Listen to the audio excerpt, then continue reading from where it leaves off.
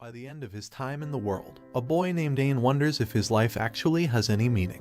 Without accomplishing anything at all, he is about to vanish away. That is what Ain thought at that time, but on that day, at that very place, when he met her, his life before that was nothing.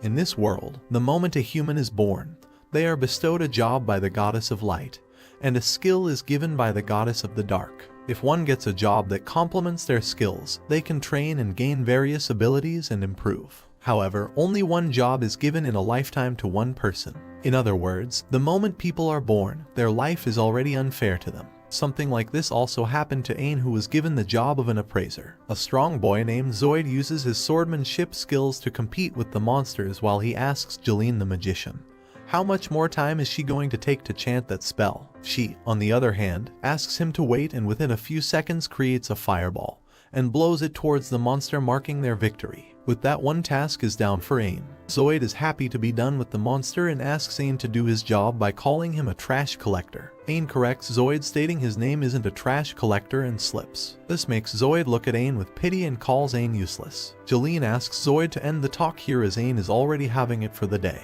She adds that compared to them, who have uncommon jobs, Ain is nothing but common trash. Ain stands up apologizing for falling and says the backpack was too heavy. He feels so low because of Jeline and Zoid's talking. He thinks just because they have got uncommon jobs, they think they are so great. In this world, there are 3 classes of jobs. Only a handful of people have skills like that of a wealthy merchant or tactician. Those are classified as rare jobs. Jobs that have competing abilities like swordman or magician are classed as uncommon, while jobs like farmers and coal miner, which have no such abilities, are classes as common. People with the common class often gain their jobs from one of their parents. The jobs are hereditary, so there are many cases where if the parent is a farmer, the child also ends up becoming a farmer. In cases like that, the child learns the same things as the parent, and following in the parent's footsteps is often the easiest and most comfortable way of living. But there is one more job to live, that is as an adventurer. The adventurers make money by taking requests for monster extermination.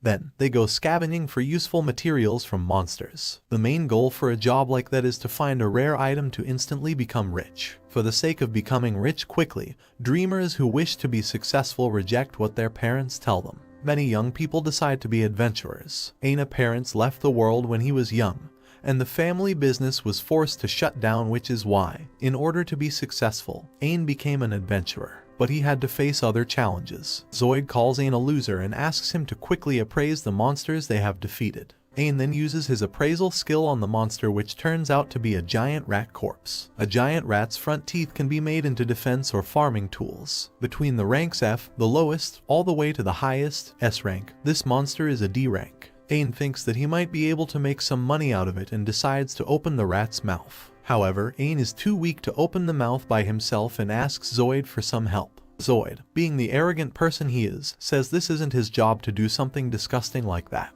He says a trash collector like Ain should be the one to deal with this. Angered, Ain looks at Zoid, making him question what's with that look in his eyes. Before Ain could say anything, Zoid says that if they, the high ranks, weren't here, he wouldn't have been able to defeat the monster. He beats Ain for the looks he just gave. Jeline also agrees with Zoid, stating they put their lives on the line to protect Ain. She asks Ain to stop daydreaming all the time and to be more grateful. Ain apologizes for his actions. Deep down, he knows very well that Zoid and Jeline are telling the truth. His job is rare among the common ones. The job appraiser is considered unlucky. With no competing related skills, and with no way to train his body, he won't ever be capable enough. All he can do is tear materials out of the monster's corpse, forever rummaging through garbage. Zoid and Jeline laugh at his state and sing songs to make Ain realize his position. The two act very arrogant in front of Ain and say rude stuff to Ain all the time. While Ain collects the materials from the monster, Zoid says even though appraiser is really a trash job,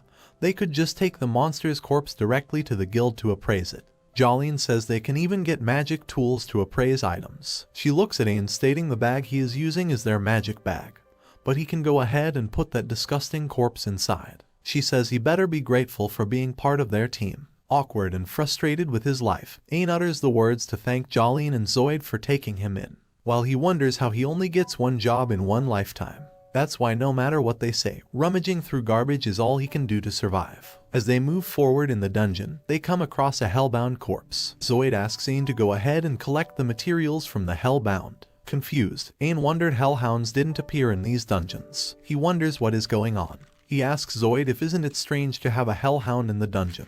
But as expected, Zoid asks Ain to shut up and do his job. Jolene says they are lucky today. After all, hellhound items can sell for a high price. She plans on celebrating once they get back and stay at an inn. Ain is worried about them as they can't really sense the danger they are in right now. Just then, Zoid spots another hellhound corpse nearby and realizes they are all over the place. He asks Ain to quickly go and recover the items from the other hellhound's corpse as well. Ain says he thinks that there is something weird going on here. He takes out a map stating the map they got from the guild shows that this should be a straight path. He says this passageway isn't supposed to be here. Zoid says the map must be wrong. He asks Ain not to be bothered by the details as it is bugging him out. He goes forward when Ain says they should probably retreat now. But Zoid doesn't want that and asks Ain to go back if he wants to, but he must leave the backpack behind. Shocked, Ain asks what that is supposed to mean. Zoid says it is quite obvious that he is trying to disobey his leader. He says he should rather fire Ain considering the fact he doesn't deserve the money they earned. He laughs asking what is Ain going to do, is he coming with them or leaving?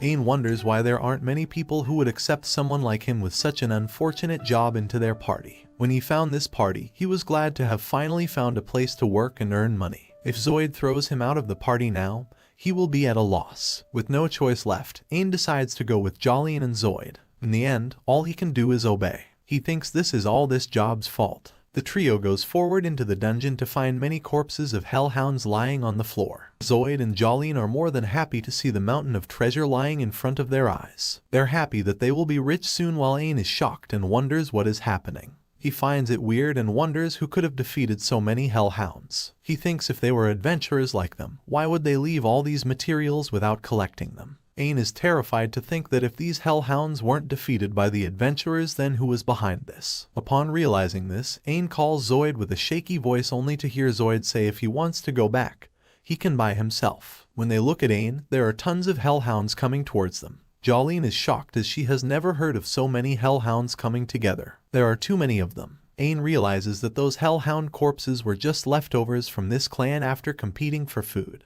Jolene wonders what she should do right now. She wonders if she and Zoid try to compete, maybe they will be able to succeed. But Zoid doesn't agree, stating they obviously need to run. With these many hellhounds, even an entire group wouldn't be enough. He wonders how they can escape the hellhounds. With an evil laugh, Zoid asks Jolene to cast paralysis magic on Ain. Shocked, Ain asks Zoid what is he saying. Jolene apologizes to Ain, stating she doesn't want to be vanished just yet. And with that, Ain is betrayed by his team members and paralyzed using the paralysis magic. Once he cannot move, Zoid steps on Ain, telling the hellhounds that their food is right here on the ground. The two run away, apologizing to Ain for vanishing like this. Jolene also says that the paralysis magic won't last too long. If he is lucky enough, he might be able to run. Zoid and Jolene run away right in front of Ain while leaving him behind to be eaten by the hellhounds. Without wasting a second, the hellhounds come close and start eating their delightful feast. With that, the pain makes the paralysis wear off. As soon as the magic wears off, Ain beats one of the hellhounds and decides to take his chance. He runs away from them to save himself. He runs towards the exit only to realize that Zoid and Jolene have already blocked it. Frustrated, he wonders if he is trapped here. The hellhounds soon catch up to him once again and he beats them and runs away. With severe injuries, he keeps running while wondering where he should go now. His injuries are making him slow down, but he keeps on going until he reaches a dead end. Ain stands there wondering why is this happening to him. If he goes back now, he will be eaten by the hellhounds. If he continues onwards, he will fall to his afterlife. The situation makes him laugh at himself. He decides to move forward so that at least he can vanish comfortably. He was born with such a terrible job, appraiser. Even so, he became an adventurer to survive, and Zoid kept making a fool out of him. He kept his head down just to get thrown away. An appraiser like him could never be useful. Just because of his job, he has to face such a situation in his life. He feels disappointed and defeated in himself. Just because he is weak, he has to suffer so much. In the end, it is because he blamed everything on his job and kept running away. He just decided what he could and couldn't do, without ever trying to do anything about it. Ain jumps from the cliff while thinking about his parents and apologizing for what he has done. Soon, he reaches the ground with even more severe injuries. He can't breathe. His broken ribs have pierced his lungs. He is going to vanish at this rate. Ain guesses that is just how his life was meant to be. He was treated like trash, and now he will vanish like trash. He wonders if his life even had any meaning. He is sitting, waiting for his last breath when a beautiful girl comes out of nowhere.